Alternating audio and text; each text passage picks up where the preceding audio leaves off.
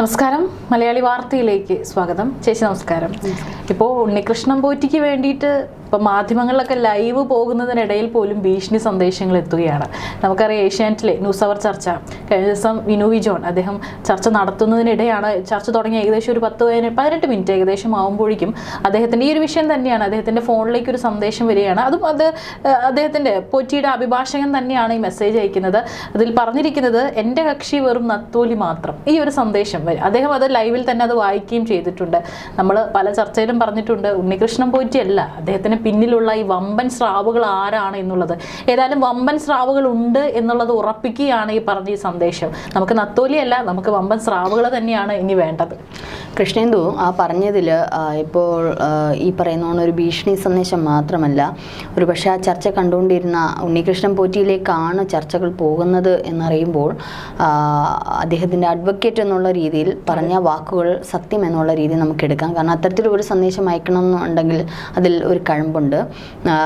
കാരണം വക്കീലിനോട് ഒരാളും കള്ളം പറയരുത്, ഡോക്ടറോടും വക്കീലിനോട്. അപ്പോൾ ഉണ്ണികൃഷ്ണൻ പോറ്റി കൃത്യമായിട്ട് എല്ലാ കാര്യങ്ങളും തൻ്റെ വക്കീലിനോട് പറഞ്ഞിട്ടുണ്ട്, അഡ്വക്കേറ്റിനോട് പറഞ്ഞിട്ടുണ്ട്. അപ്പം അഡ്വക്കേറ്റിൽ നിന്നൊന്നും മറയ്ക്കാൻ ഉണ്ണികൃഷ്ണൻ പോറ്റിക്ക് പറ്റില്ല. കാരണം അല്ലെങ്കിൽ കേസിൻ്റെ ഏതെങ്കിലും ഒരു ഘട്ടത്തിൽ ഒരു കള്ളത്തരം വന്നു ചേർന്നാൽ അപ്പോൾ വക്കീലിന് പിടിച്ചിരിക്കാൻ പറ്റില്ല. അതുകൊണ്ട് കൃത്യമായിട്ട് എല്ലാ കാര്യങ്ങളും ഉണ്ണികൃഷ്ണൻ പോറ്റിയെ അഡ്വക്കേറ്റിനെ അറിയിച്ചിട്ടുണ്ട്.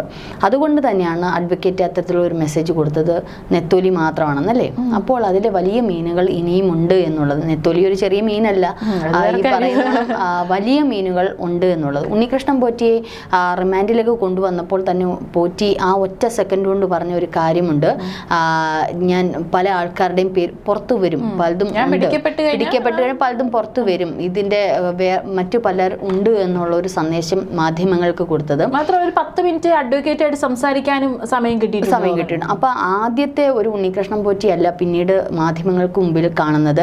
ആദ്യത്തെ ഉണ്ണികൃഷ്ണൻ പോറ്റി എന്ന് പറയുന്ന ഒരു അഹങ്കാരിയായ ഒരു വ്യക്തിയായിട്ടാണ് നമുക്ക് തോന്നിയത്. എന്ത് പറഞ്ഞാലും ഒരു ധാർഷ്ട്യം, നീയൊക്കെ എന്നെ എന്ത് ചെയ്യാനാടേ, എൻ്റെ പുറകിൽ ആളുണ്ടടേ എന്നൊരു ഭാവമായിരുന്നു. പക്ഷെ പിന്നീട് പഞ്ചപുച്ഛമടക്കി നിൽക്കുന്ന പോറ്റിയാണ് നമുക്കിപ്പോൾ കാണാൻ സാധിക്കുന്നത്. കാരണം അതിനും കാരണമുണ്ട്. ഇതിപ്പോൾ നേരെ എല്ലാം ബൂമറാങ് പോലെ പോറ്റിയുടെ തലയിലേക്ക് വന്നു വീഴുന്നു. പോറ്റി ആദ്യം ഒന്നാം പ്രതി എന്നുള്ള രീതിയിലാണ് വരുന്നത്. പക്ഷേ ഇതിൽ ശരിക്കും പോറ്റി ഒരു മീഡിയേറ്റർ മാത്രമാണ്. ഇതിൻ്റെ ഒരു പല പദ്ധതികളുടെയും ഇടയിൽ നിന്ന് പലതും കാണിച്ചു കൊടുക്കുന്ന ഒരു വ്യക്തി മാത്രമാണ് ഉണ്ണികൃഷ്ണൻ പോറ്റി. ഇത് ചെയ്ത വ്യക്തികൾ മറ്റു പലരാണ്. അത് ആരൊക്കെയാണെന്നുള്ളതാണ് ഇപ്പോൾ വന്നുകൊണ്ടിരിക്കുന്നത്. ഇപ്പോൾ വിജിലൻസിൻ്റെ അന്വേഷണം കൂടാതെ ഇപ്പോൾ SITയുടെ അന്വേഷണത്തിൽ പുതിയൊരു ബ്രേക്കിംഗ് വന്നിട്ടുണ്ട്.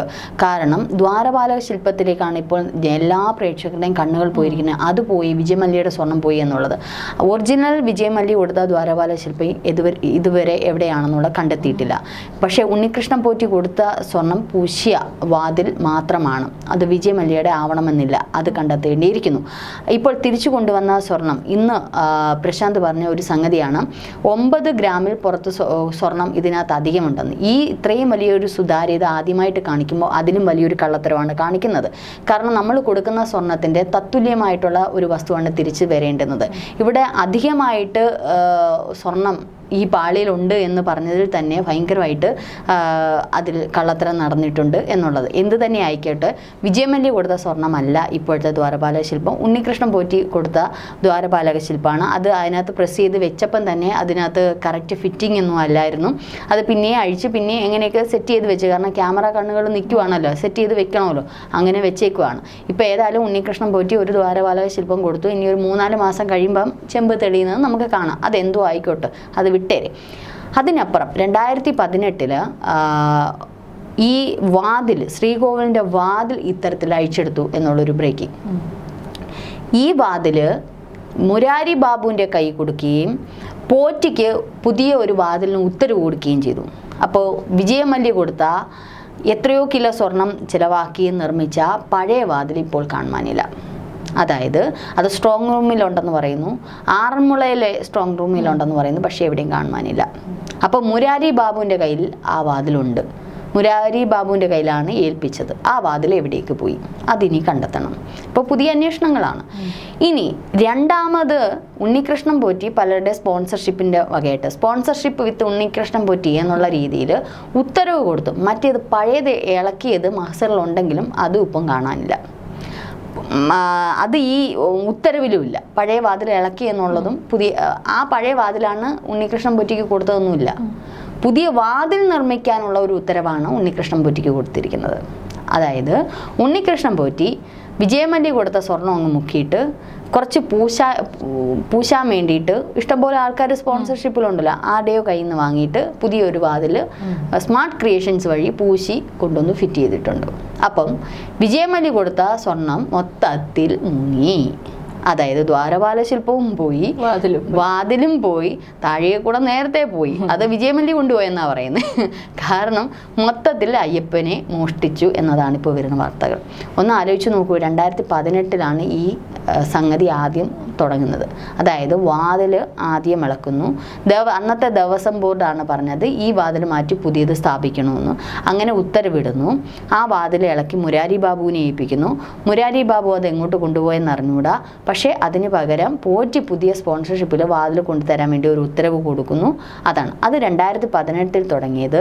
2019 സ്ത്രീ പ്രവേശനം ആ സംഭവവുമായി ബന്ധപ്പെട്ട് ദ്വാരപാല ശില്പം ഇളക്കുന്നു, ഇതുപോലെ കൊണ്ടുപോകുന്നു, മറ്റേത് ആർക്കോ വിൽക്കുന്നു. അതായത് കൊള്ള 2018 തുടങ്ങുന്നു. ഇ.പി. ജയരാജൻ അറിയാണ്ട് പറഞ്ഞു പോയി. അതിന് മുന്നേ കൊള്ളയില്ലല്ലോ, 2018 ശേഷമാണല്ലോ, അറിയാണ്ട് പറഞ്ഞു പോയത്. അയ്യപ്പൻ എന്ന് പറയുന്നത് ഈ അറിയാണ്ടാണ്, പോറ്റിയും കൊണ്ട് വല്ലാണ്ട് കൊടുത്ത ഒരു പരാതിയാണ്, എൻ്റെ പീഠം കാണാനില്ല എന്ന്. അതാണ് ഇന്ന് ഈ വലിയ കോടിക്കണക്കിന് കൊള്ളയുടെ മുമ്പിൽ എത്തിച്ചിരിക്കുന്നത്. അപ്പം ഈ പറയുന്നത് പോലെ 2018 മുതൽ തുടങ്ങിയ കൊള്ള 10 വർഷക്കാലം നീണ്ടു നിൽക്കുന്ന, 10ൽ കൂടുതൽ വർഷക്കാലം നീണ്ടു നിൽക്കുന്ന ഈ ഒരു കൊള്ള, ഇത് എത്രമാത്രം അയ്യപ്പനെ കട്ടുമുടിച്ചു എന്നുള്ളതാണ് ഇനി അറിയേണ്ടിയിരിക്കുന്നത്.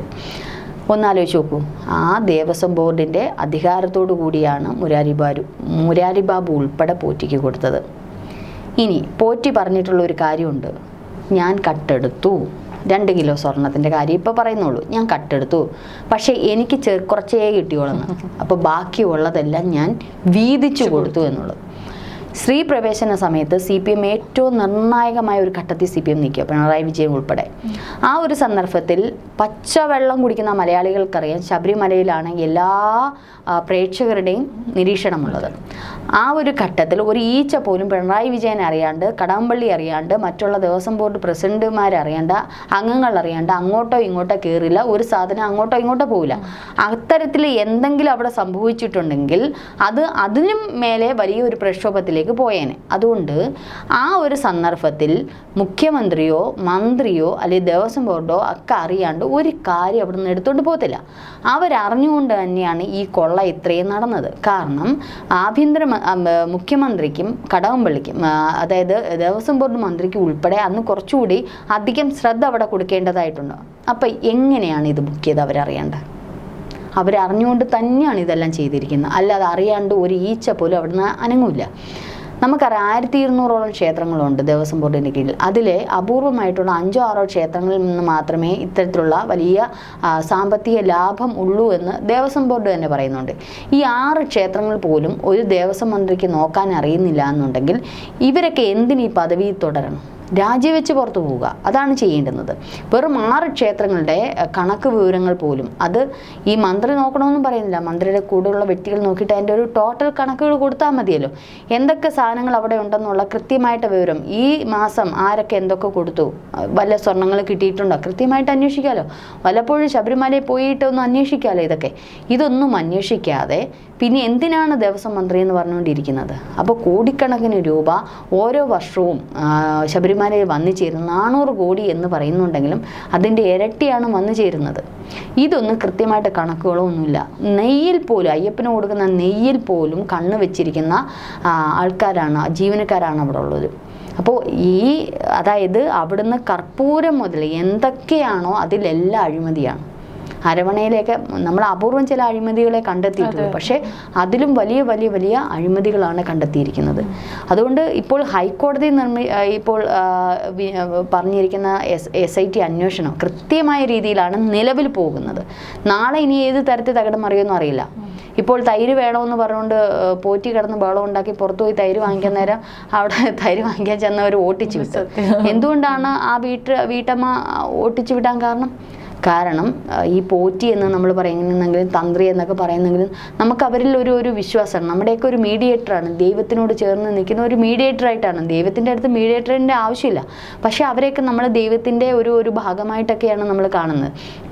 അത്തരത്തിലുള്ള വ്യക്തികളെയൊക്കെ, പുരോഹിതന്മാരെ ഉൾപ്പെടെ നമ്മൾ എന്താണ് വിശ്വസിക്കുകയും ബഹുമാനിക്കുകയും ചെയ്യുന്നു. പക്ഷേ ആ വിശ്വാസവും ബഹുമാനവുമാണ് അവർ മുതലെടുത്തുകൊണ്ട് ഇത്തരത്തിലുള്ള വൃത്തികേടുകൾ കാണിച്ചത്. അപ്പോൾ ഇനി തൈരല്ല കൊടുക്കണ്ടേ, അവിടെ ജയിലിൽ കിടന്ന് ചമ്മന്തിയോ ഉപ്പോ ഒക്കെ കൊടുത്താൽ അതും വെജിറ്റേറിയൻ, അത് കഴിച്ചാൽ മതി പോറ്റി, അല്ല തൈര് തന്നെ കൂട്ടി കഴിക്കണമെന്നില്ല. അപ്പോൾ മാത്രമല്ല ഇപ്പോൾ പോറ്റി ചില കാര്യങ്ങളൊക്കെ തുറന്നു പറഞ്ഞതുകൊണ്ട് പോറ്റിയുടെ ജീവന് ഒരുപക്ഷെ ഭീഷണി ഉണ്ടായിരിക്കാം.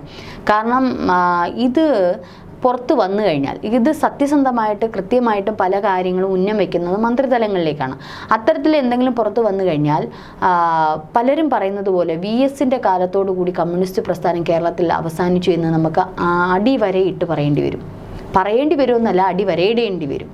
അപ്പോൾ അത്തരത്തിൽ പിണറായിയുടെ കാലത്തോടുകൂടി കമ്മ്യൂണിസ്റ്റ് പ്രസ്ഥാനത്തിൻ്റെ അവസാനം, കാരണം ശബരിമല ഒരു തവണയല്ല പല ഇത്തരത്തിൽ CPM കയറി നിരങ്ങിയിട്ടുണ്ട്. അപ്പോൾ ഇനി അത് വിശ്വാസി സമൂഹം അംഗീകരിക്കണമെന്നില്ല. മന്ത്രിസഭ താഴെ വീഴും. തെരഞ്ഞെടുപ്പ് വരെ ഒന്ന് പിടിച്ചു നിൽക്കുകയാണ്. അടുത്ത ഇതൊന്ന് കയറിപ്പറ്റാൻ വേണ്ടിയിട്ട് തെരഞ്ഞെടുപ്പ് വരെ പിടിച്ചു നിൽക്കുകയാണ് പിണറായി വിജയൻ, LDF സർക്കാർ. അപ്പോൾ ഇതിനിടയിൽ എന്തെങ്കിലും ഒന്ന് പോറ്റി ഉരുവിട്ട് കഴിഞ്ഞാൽ, ഇപ്പോൾ തന്നെ പല ആൾക്കാരുടെയും പേര് പോറ്റി പറയുന്നുണ്ട്. എല്ലാം ഒന്നും ഒരുപക്ഷെ SIT പരിഗണനയിൽ എടുക്കണമെന്നില്ല, പോറ്റി അങ്ങനെ വിശ്വസിക്കാനും പറ്റില്ലല്ലോ. പക്ഷേ എന്തെങ്കിലും ഒന്ന് പറഞ്ഞു കഴിഞ്ഞാൽ ഒരുപക്ഷെ പോറ്റി എന്തൊക്കെയോ പറഞ്ഞിപ്പോൾ സമാധാനിപ്പിച്ച് പിടിച്ചു നിർത്തുന്നതാവാം. പോറ്റിക്ക് ആദ്യം ഒരു കോൺഫിഡൻസ് ഉണ്ടായിരുന്നു താൻ ഇതിൽ പെടില്ല എന്നുള്ളത്. പക്ഷേ പിന്നീടാണ് SITയുടെ അന്വേഷണമൊക്കെ വന്നപ്പോഴേക്കും പോറ്റിയുടെ കൈ പിടിവിട്ടു പോയിരിക്കുന്നു. ഈ പിടിപിടിയിൽ പോറ്റിക്കറിയാം പോറ്റി പെട്ടു എന്നുള്ളത്. അങ്ങനെയെങ്കിൽ അങ്ങനെ ആരും എന്നെ കൊണ്ടുവന്ന് ജയിലിലാക്കിയിട്ട് ആരും സൂചി ജീവിക്കേണ്ട, എല്ലാത്തിനെയും പുറത്ത് കൊണ്ടുവരും എന്നുള്ള രീതിയിലേക്ക് ഇപ്പോൾ പോയിരിക്കുകയാണ്. ഇനി ഇതിനിടയ്ക്ക് പോറ്റിക്ക് എന്തെങ്കിലുമൊക്കെ ഓഫറുകളൊക്കെ കൊടുത്ത് പലരുടെയും, നേരത്തെ നമുക്കറിയാം പല കേസുകളിൽ ശിവശങ്കർ ഉൾപ്പെടെയുള്ള കേസുകളിൽ ശിവശങ്കരെയൊക്കെ അടച്ചു പൂട്ടിയില്ലേ, അത്രയും വലിയൊരു ഔദ്യോഗിക പദവിയിൽ ഇരിക്കുന്ന അദ്ദേഹം അങ്ങ് ഏറ്റെടുക്കുമായിരുന്നു എല്ലാം. ഞാൻ ചെയ്തു എല്ലാം അങ്ങ് ഏറ്റെടുത്തല്ലോ, ഇതിനകത്ത് വേറെ ആരും ഇല്ല എന്നുള്ള രീതി. അപ്പോൾ ഇത്തരത്തിലുള്ള ഒരു രീതിയിലേക്ക് പോറ്റിയും പോയി കഴിഞ്ഞാൽ അവിടെ കേസ് അസ്തമിക്കുകയാണ് ചെയ്യുന്നത്, പിന്നെ ഒന്നും ചെയ്യാൻ പറ്റില്ല. അപ്പോൾ അല്ലെങ്കിൽ പോറ്റി അത് അനുവദിച്ചു കൊടുത്തില്ല അല്ലെങ്കിൽ അംഗീകരിച്ചില്ല എന്നുണ്ടെങ്കിൽ പോറ്റിയുടെ ജീവന് ഭീഷണിയാവും അല്ലേ, തീർച്ചയായിട്ടും ഉണ്ടാവും.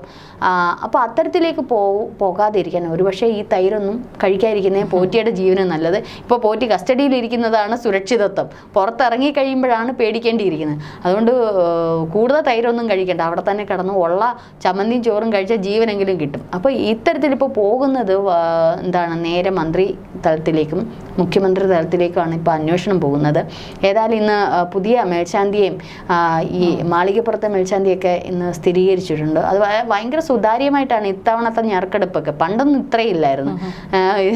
അപ്പോൾ ഇപ്പം ഭയങ്കര സുതാര്യമായിട്ട് പ്രശാന്ത് ഇത്തരത്തിൽ നടത്തുമ്പം ഈ ഓവർ സുതാര്യതയിലെ കള്ളത്തരവും മനസ്സിലാക്കേണ്ടി.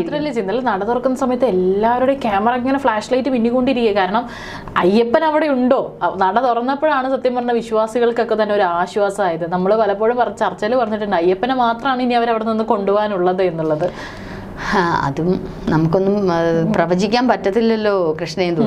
ഈ പറയുന്നോണം പ്രസാദ് എന്ന് പറഞ്ഞത് മേൽശാന്തിയായിട്ട്, പ്രസാദ് ED എന്ന് പറയുന്ന മേൽശാന്തിയാണ് ഇപ്പോൾ തെരഞ്ഞെടുത്തിരിക്കുന്നത്. അദ്ദേഹത്തിനോട് ചോദിച്ചപ്പം പറഞ്ഞതാണ്, ശബരിമലയിൽ ഒരു കണ്ണ് പോരാ, 2 കണ്ണും പോരാ, എപ്പോഴും വിജിലൻ്റ് ആയിട്ടിരിക്കണം. ശബരിമല എപ്പോഴും അങ്ങനെ തന്നെയാണ്, അത് കൈയിട്ട് വാരാനേ ആൾക്കാരുള്ളൂ, അത് എല്ലാ കാലത്തും അങ്ങനെ തന്നെയാണ് എന്നുള്ളത്. ഒരു പക്ഷേ ഇപ്പോൾ മേൽശാന്തിമാരായിട്ട് കയറിയിരിക്കുന്നവർക്ക് ഒരു പക്ഷേ കഴിഞ്ഞ വർഷത്തേക്കാളും അപ്പുറം നല്ല സ്ട്രെസ്സായിരിക്കും അനുഭവപ്പെടുന്നത്, എന്തെങ്കിലും സംഭവിക്കുമോ എന്നുള്ളൊരു സ്ട്രെസ്സ്. അപ്പോൾ അത്തരത്തിൽ അവരുടെ ഈ ഒരു വർഷക്കാലം ഭക്തിപൂർവ്വം അവർക്കും അത് കടക്കാൻ, കാരണം എല്ലാവരെയും നമ്മൾ ഒരേ തട്ടിൽ കാണാൻ പറ്റത്തില്ലല്ലോ. ഇതിൽ ഇന്നിപ്പോൾ എല്ലാവരും അയ്യപ്പനോടുള്ള വിശ്വാസം എത്രയും നാളുകളായിട്ട് കൊടുക്കുന്നതായിരിക്കും ഒരു പൂജ ചെയ്യാൻ. അത്തരത്തിൽ മനസ്സ് ശുദ്ധത്തോടെ അല്ലെങ്കിൽ അത്തരത്തിൽ ഒരു ഇതായിട്ട് നിൽക്കുന്നവരുണ്ട്. പിന്നെ അതിനപ്പുറം ശബരിമലയിൽ ഒരു വർഷം മേൽശാന്തിയായിട്ടൊക്കെ വരുന്നവർക്ക് ഒരു പക്ഷേ ഒരു ആയുസ് ഉണ്ടാക്കുന്നതിനേക്കാളും ഉണ്ടാക്കാം. അത് വേറൊന്നുമല്ല, ഈ പറയുന്ന ഭക്തർ കാണിക്കായിട്ട് ഈ ഇവർക്ക് കൊടുക്കും, തന്ത്രിമാർക്ക് കൊടുക്കുന്ന പണമുണ്ട്, അത് ഒരുപക്ഷെ ലക്ഷങ്ങളായിരിക്കും ചില തന്ത്രിമാർക്കൊക്കെ കിട്ടുന്നത്. അപ്പോൾ അത് അവർക്കുള്ളതാണ്. പക്ഷേ അതിൻ്റെ ഒരു വിഹിതവും ഈ ദേവസ്വം ബോർഡിന് കൊടുത്തിട്ടുണ്ടെന്ന് പല തന്ത്രിമാരും പറഞ്ഞിട്ടുണ്ട്. അതായത് ഒരിത് കിട്ടുമ്പം ഇത്ര ഇത്രായിരം രൂപ ദിവസം പുറത്തിന് കൊടുക്കണം. ഇങ്ങനെയൊക്കെയാണ് അവിടുത്തെ കള്ളത്തരങ്ങൾ. പക്ഷെ തന്ത്രിക്ക് കൊടുക്കുന്നത് തന്ത്രിക്കാണ് കൊടുക്കുന്നത്. അത് ഏത് അമ്പലത്തിലും ഏത് ക്ഷേത്രത്തിലും തന്ത്രിയുടെ തട്ടിലിട്ട് കൊടുക്കുന്നത് തന്ത്രിക്ക് തന്നെ എടുക്കാവുന്നേ. പക്ഷെ ഇവിടെ അങ്ങനെയല്ല, അതിൻ്റെ ഒരു ഭാഗവും ദിവസം. കാരണം അതിന് കാരണമുണ്ട്. ഇത്തവണ ഞെർക്കിട്ടപ്പോൾ എല്ലാവരുടെയും പേര് ഇങ്ങനെ നോക്കിയും കണ്ടൊക്കെ ഇട്ടേ. നേരത്തെയുള്ള തവണ ചിലപ്പോൾ അഡ്ജസ്റ്റ്മെൻറ്റിൽ ഇട്ടതായിരിക്കും, അറിയാൻ പറ്റില്ല.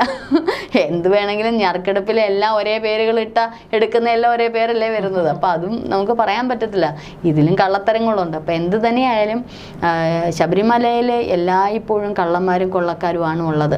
അപ്പോൾ അയ്യപ്പൻ കലിയുഗവരതൻ എന്ന് നമ്മൾ പറയുമ്പോഴും ഈ കലിയുഗത്തിൽ ഒരു പക്ഷേ എന്താ പറയുന്നേ, ഏറ്റവും കൂടുതൽ നിർണായകമായ ഒരു യുഗമാണ് കലിയുഗം എന്ന് പറയും. കാരണം പരസ്പര വിദ്വേഷവും ശത്രുതയും, സഹോദരനും സഹോദരിയും പരസ്പരം അറിയാത്ത ഒരു കാലം, അമ്മയും അച്ഛനും സഹോദരങ്ങളും തമ്മിൽ അടിപിടി കൂടുന്ന കാലം, സ്വത്തിന് വേണ്ടിയിട്ടും പണത്തിന് വേണ്ടിയിട്ടും പരസ്പരം തല്ലി തോൽപ്പിക്കുന്ന ഒരു കാലം, സ്നേഹത്തിൻ്റെ മുന്നിൽ പ്രണയത്തിൻ്റെ മുന്നിൽ പരസ്പരം വാളോങ്ങുന്ന കാലം ഒക്കെയാണ് കലിയുഗം എന്ന് പറയുന്നത്. ഈ ഒരു കലികാലം കലിയുഗ വരദനല്ലാണ്ട് വേറൊരാൾ ഒരു പക്ഷേ ഈ ജനത്തെ രക്ഷിക്കാൻ പറ്റില്ല എന്നുള്ള ഒരു ഹിന്ദു സമുദായത്തിൻ്റെ വിശ്വാസം. കലിയുഗവരദൻ തന്നെ ഈ ഒരു കൊള്ളയ്ക്ക് ആരൊക്കെ പിന്നിലുണ്ട് എന്നുള്ളത് തെളിയിച്ചുകൊണ്ടിരിക്കുകയാണ്. അതൊക്കെ എന്ന് പറയുന്നത് നമ്മളെപ്പോഴും മിത്തെന്നൊക്കെ ഈ ചില നിരീശ്വരവാദികളും യുക്തിവാദികളും ഒക്കെ പറയുമ്പോൾ ഒന്ന് ചിന്തിക്കുക, തത്വമസി എന്നൊക്കെ എഴുതിപ്പെട്ടിട്ടുള്ള ആ കാര്യങ്ങളും അല്ലെങ്കിൽ പുരാണങ്ങളും ഇതിഹാസങ്ങളും ഈ പറയുന്നത് ബൈബിളും ഒക്കെ അതിൽ നിന്നൊക്കെ നമ്മൾ അതിൻ്റെ വേരിലോട്ടൊക്കെ ഇറങ്ങി ചെല്ലുമ്പോൾ എന്തോ ഒരു പ്രപഞ്ചശക്തി ഉണ്ട് എന്നുള്ളതാണ്. അപ്പം നമ്മൾ തന്നെയാണ് നമ്മുടെ ഈശ്വരനുള്ളത്. ആ ഈശ്വരൻ ഇടയ്ക്കൊക്കെ പുറത്തു വരുമ്പോഴത്താണ് സത്യം വിളിച്ച് പറയുന്നത്. അപ്പോൾ അത്തരത്തിലിപ്പോൾ പോറ്റി സത്യം വിളിച്ച് പറഞ്ഞുകൊണ്ടിരിക്കുകയാണ്. പോറ്റി മാത്രമല്ല, പല രാഷ്ട്രീയ നേതാക്കളും അറിയാണ്ട് വായിന്ന് പല സത്യങ്ങളും വിളിച്ച് പറയുന്നു. അതൊക്കെ ഒരു പക്ഷേ കലിയുഗവരദനായ ശ്രീ അയ്യപ്പൻ്റെ ഒരു ചില മായാജാലങ്ങൾ എന്നല്ലാതെ എന്തു പറയാൻ. അപ്പം നമ്മളുടെയൊക്കെ ഈ ഒരു മായാലോകത്ത് ഇത്തരത്തിലുള്ള കൊള്ള നടത്തുമ്പോൾ, ദൈവത്തിൻ്റെ പേരിൽ പോലും ഇത്തരത്തിൽ കൊള്ള നടത്തുമ്പോൾ ചിന്തിക്കേണ്ടിയിരിക്കുന്നു മനുഷ്യരൊക്കെ എത്രമാത്രം അധപ്പതിച്ചു എന്നുള്ളത്. ഇനി ചിന്തിക്കാൻ, ഇനിയിപ്പോൾ വൃശ്ചിക മാസമാണ് വരുന്നത്. എനിക്ക് പറയാനുള്ള, അയ്യപ്പൻ ഈ സ്വർണവും വജ്രമൊന്നും അല്ല. അയ്യപ്പൻ നിങ്ങളിൽ തൃപ്തരാവുന്നത്. ശരിക്കും പറഞ്ഞാൽ നിങ്ങളിലുള്ള ഈശ്വരൻ അത് മറ്റുള്ളവർക്ക് സഹായിക്കുക. നിങ്ങൾ എന്താണോ അയ്യപ്പന് കൊടുക്കാനുള്ളതെന്ന് എന്തെങ്കിലും നല്ല കാര്യങ്ങൾ ചെയ്യും. ഒരുപക്ഷെ അതിലായിരിക്കും അയ്യപ്പൻ കട. എന്നിട്ട് നിങ്ങൾ ഇരുമുടി കെട്ടുമേന്തി കാൽനടയായിട്ട് അയ്യപ്പനെ ചെന്ന് കണ്ടിട്ട് ഒരു കർപ്പൂരം അവിടെ കത്തിച്ചാൽ പോലും അദ്ദേഹത്തിന് അതിൽ കൂടുതൽ സന്തോഷമൊന്നുമില്ല. അപ്പം നിങ്ങളെടുക്കുന്ന വ്രതത്തിലും നിങ്ങൾ ചെയ്യുന്ന നന്മയിലുമാണ് അദ്ദേഹം പ്രസാദിക്കുന്നത്. ഏതായാലും സ്വർണത്തിലും വജ്രത്തിലും ഒന്നും മുങ്ങി നിൽക്കുന്ന അയ്യപ്പനെ ഇഷ്ടമല്ല. അതുകൊണ്ടാണ് അദ്ദേഹം കാനനത്തിൽ പോയി സർവ്വതും ത്യജിച്ച് ഒരു സന്യാസിയെ പോലെ അവിടെ ജീവിക്കുന്നത്. അതിനകത്ത് ഇനി എന്തിനാ കൊണ്ടുവന്ന് സ്വർണം ഇടുന്നത്?